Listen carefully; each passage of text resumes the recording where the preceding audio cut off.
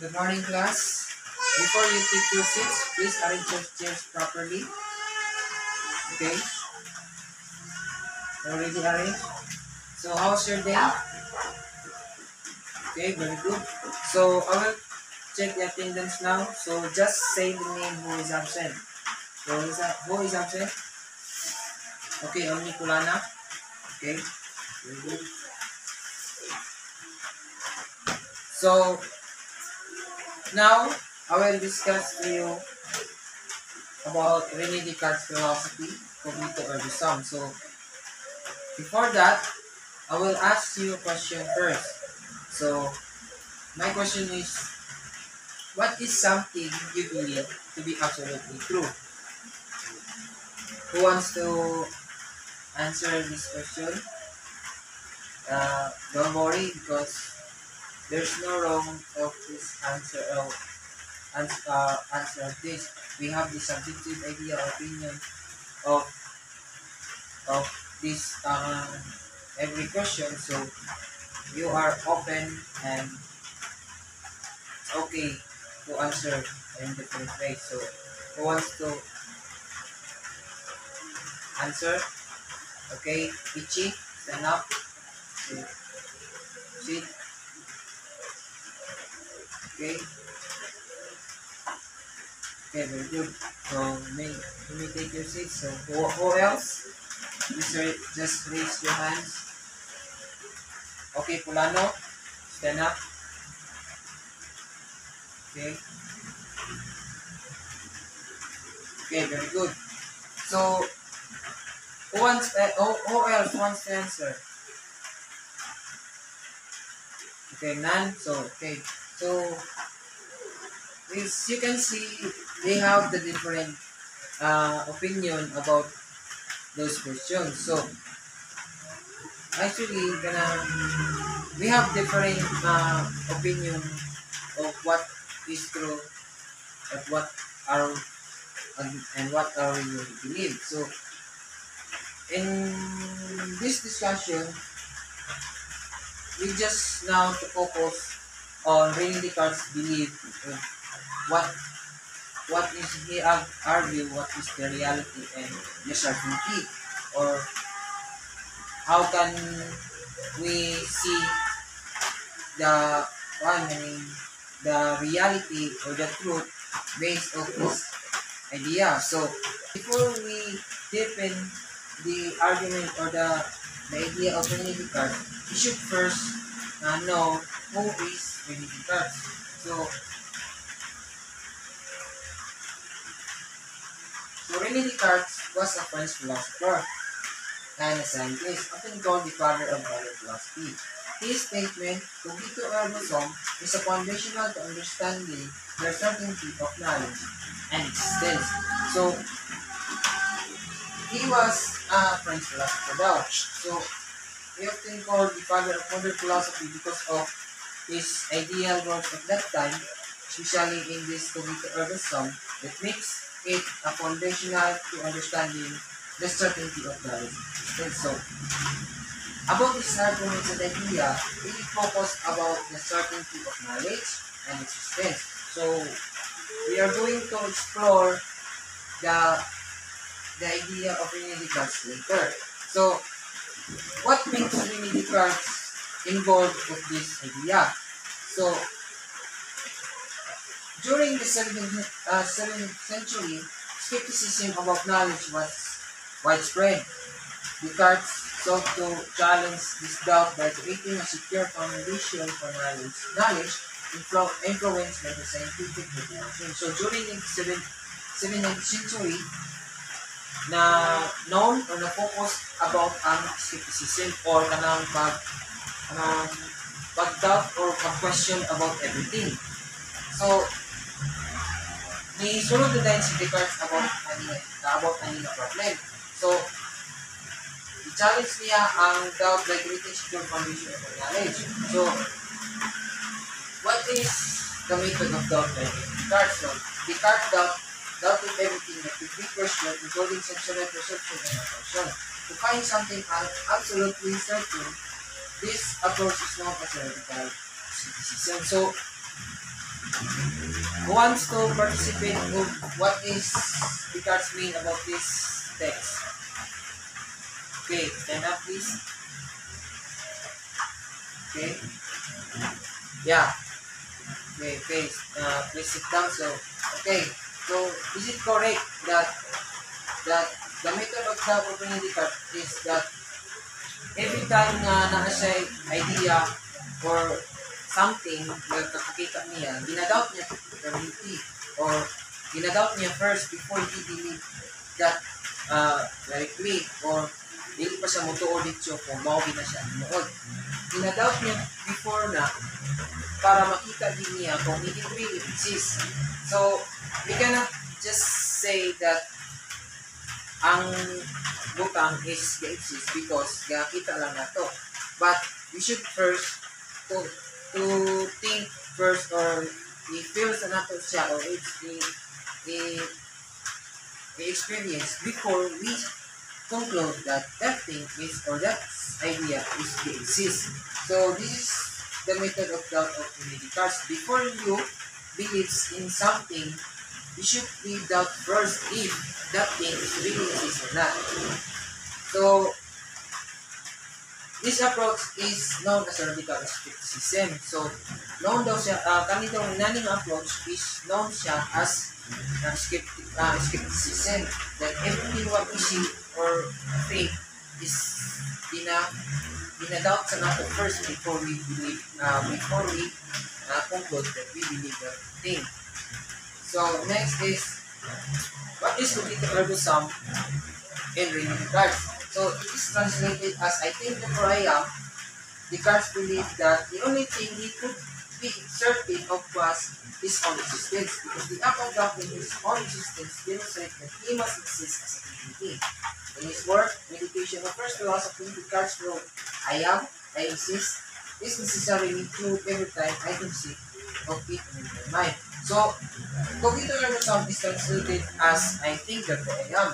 So, Descartes believed that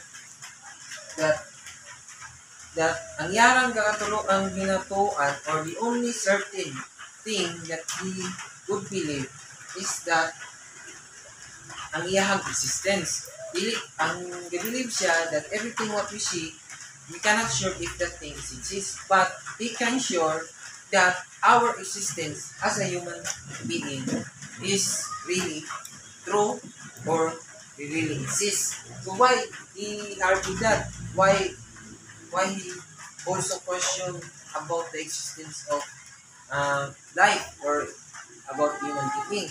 So he answered that because the act of doubting his own existence demonstrates that they must exist as a living thing. So he doubt that because he believed that gatoon siya nga exist because natin ability to think and doubt. So without niya ang iyang kagalingon niya existence. So therefore, he conclude that we exist because the think man ka. Mo na yung explanation na the reason why we exist because we have doubt and makes us think. Kung natin ginataw, think ka ng ano naay butang inani. So, mo na siya ang explanation niya why kanang kita is exist. So, to argument, through doubt, Descartes realized that the act of thinking itself is undeniable. If he doubts, he is thinking, and therefore he exists. This is a summarized thing, I think, therefore, yeah. So, sa kapag-iingin nila na through doubting, Descartes believed that ang reason why we exist or he exists as one individual, based na to sa as individual, na we exist because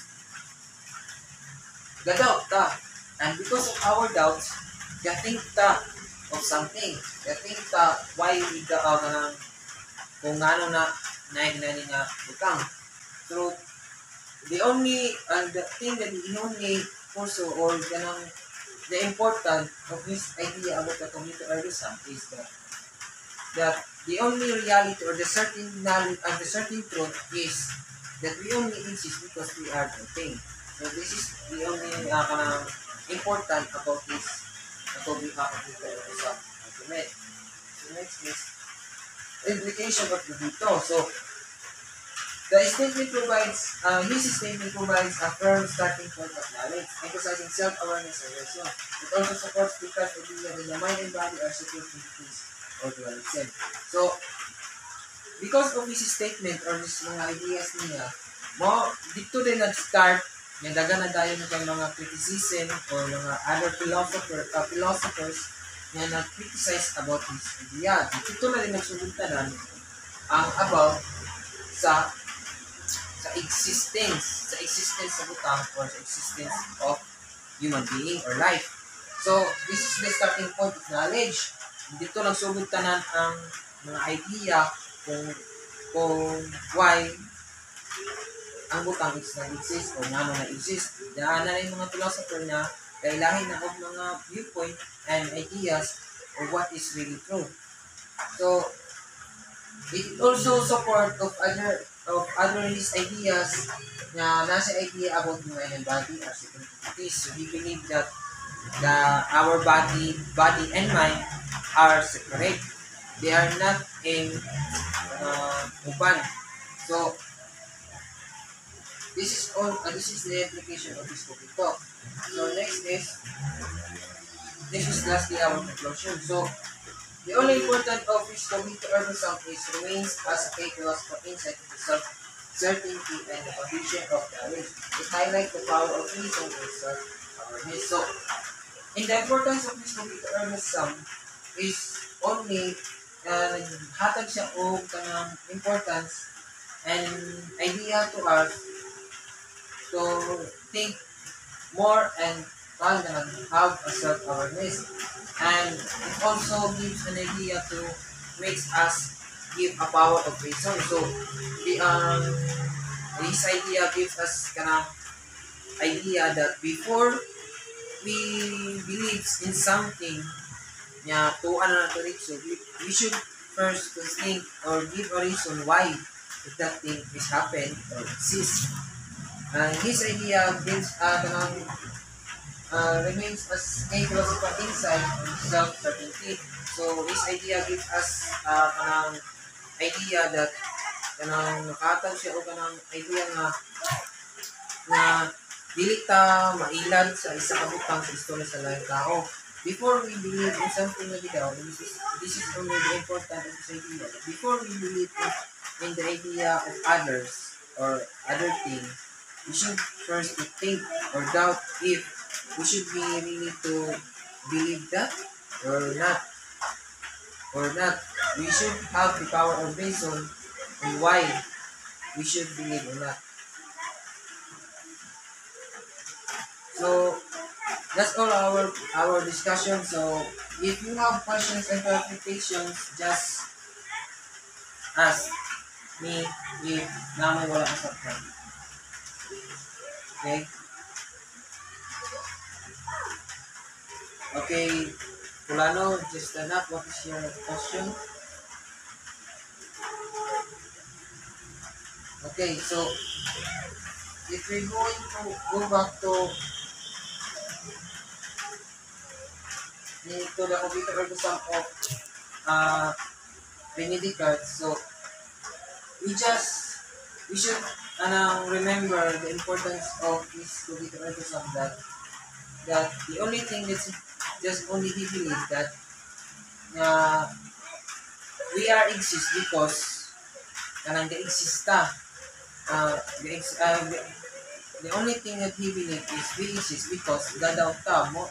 This is the only thing ang explanation niya about sa existence of human being. So he only believe this is the reason why that there are many philosophers na criticize about siyang idea about the Emerson is because the only explanation about siyang existence is the only that and ang reason daw nga ang proof niya kita the exists because the doubt natay doubt of the kita. So I hope na more na nasabtan ang imong plano na ang the main idea only of the negative sum of Trinity cards is that the only thing that for proof that we resist is because we are doubting, and because we are doubting, we are able to think of something. So that's all. So other questions or clarifications?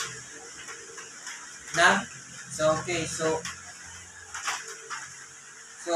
kay nasabta naman ninyo mga kaa. So we're going to have true or false question. So every question I will ask um, your only answer true or false. So please uh, take one half sheet of paper, then we'll proceed to start question. Okay, class, are you ready now? So write true if the statement is true and write false if the statement is false. Write your answers in the space in your one paper. So number one is Descartes believed that knowledge can be acquired through reason and the self is foundation of the knowledge, or false. Okay, then okay na? Mana? So number two, Descartes' philosophy emphasized the importance of empirical observation and sensual experience as a means to attain knowledge, or false. Dana? So question number three, Descartes believed that the only thing he could be certain of was his own existence because the act of doubting his own existence demonstrate that he must exist as a thinking thing. So true or false? Question number four, Descartes believed that the mind and body were two separate substances that interact with each other. Question number five, Descartes' philosophy had no significant impact on the development of modern abstract thoughts. True or false? Question number six, Descartes argued that the physical world could be understood through mathematics and geometry. True or false? Okay. Question number seven, Descartes' philosophy emphasized the importance of intuition and metaphysical experience in his acquisition of knowledge. True or false? So, question number eight, Descartes believed that knowledge could only be attained through the sense and sensory experience. True or false? Question number nine, Descartes' philosophy was primarily concerned with the study of ethics and moral philosophy. Okay, then lastly, question number 10. Descartes' philosophy has been criticized for its lack of attention to social and political issues. Okay, if you're done, just ask your one. Okay, so your assignment is, I will only post it in the GCR. So then you have any concern? None. So we're going to dismiss now. Thank you, class.